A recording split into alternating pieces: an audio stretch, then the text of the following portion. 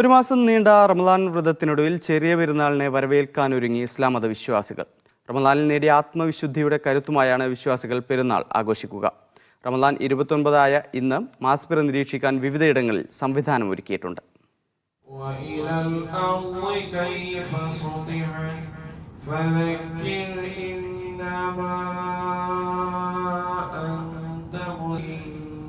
റമദാൻ വ്രതാനുഷ്ഠാനം പോലെ പ്രധാനമാണ് വിശ്വാസികൾക്ക് പെരുന്നാൾ ആഘോഷവും.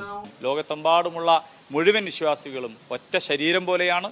പരസ്പരം സ്നേഹിച്ചുകൊണ്ടും ഐക്യപ്പെട്ടുകൊണ്ടും അങ്ങനെ മുന്നോട്ട് പോവുക എന്നുള്ളതാണ്, സത്യത്തിനു വേണ്ടി നേരിനു വേണ്ടി നിലകൊള്ളുക എന്നതാണ് ഈദുൽ ഫിത്തർ നൽകുന്ന സന്ദേശം. പെരുന്നാൾ ദിനത്തിൽ പുത്തൻ വസ്ത്രങ്ങൾ ധരിക്കുന്നതടക്കം വിശ്വാസത്തിന്റെ ഭാഗമാണ്. ഇതോടെ പെരുന്നാൾ വിപണിയും സജീവമായി.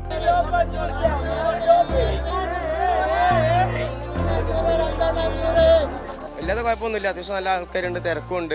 ഞായറാഴ്ച സീസണിൽ അത്യാവശ്യം നല്ല ആൾക്കാർ ഇറങ്ങുന്നത്, വേറെ കുഴപ്പമൊന്നുമില്ല. അത്യാവശ്യം പോകുന്നുണ്ട്. പക്ഷെ ഇപ്പോൾ സീസൺ ആയതുകൊണ്ട് നല്ല ലെവലിൽ നിൽക്കുന്നുണ്ട്. സീസൺ കഴിഞ്ഞ് കഴിഞ്ഞാൽ എന്താ അവസ്ഥ എന്നുള്ള ഭക്ഷണം അറിയുള്ളൂ.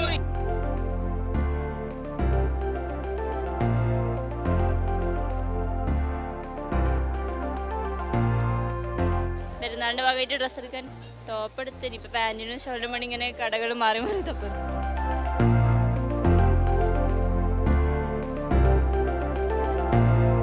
കേരളത്തിന് പുറത്തുള്ളവരും പെരുന്നാൾ വസ്ത്രങ്ങൾ വാങ്ങാൻ മിഠായി തെരുവിലെത്തിയിട്ടുണ്ട്. സാധനമൊക്കെ നന്നായിട്ട് വാങ്ങിക്കൊണ്ട് പോകാനുള്ള നല്ല സൗകര്യങ്ങൾ, ഒരു പ്രശ്നം ഇടമല വരുന്നതാണ്.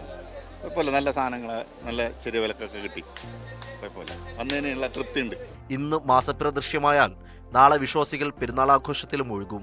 ഇല്ലെങ്കിൽ റമദാൻ 30 പൂർത്തിയാക്കി വ്യാഴാഴ്ചയാകും കേരളത്തിൽ പെരുന്നാൾ ആഘോഷം. ക്യാമറാമാൻ അനുരൂപിനൊപ്പം സലാം മുഹമ്മദ്, മീഡിയ 1, കോഴിക്കോട്.